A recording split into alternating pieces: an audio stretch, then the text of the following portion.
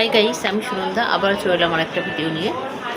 আজকের বলবো, আমরা সবাই জানি যে বাবা মার সম্পত্তি সব ছেলে মেয়েদের প্রত্যেকের সমান অধিকার।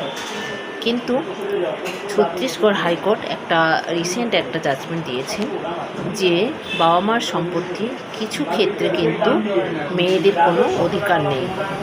যে 1956 সালের যে আইন ছিল, 56 সালের আগে যার বাবা মারা গেছেন সেই সম্পত্তি কিন্তু কোনো মেয়ে সেই সম্পত্তির উপরে অধিকার নিতে পারবে না।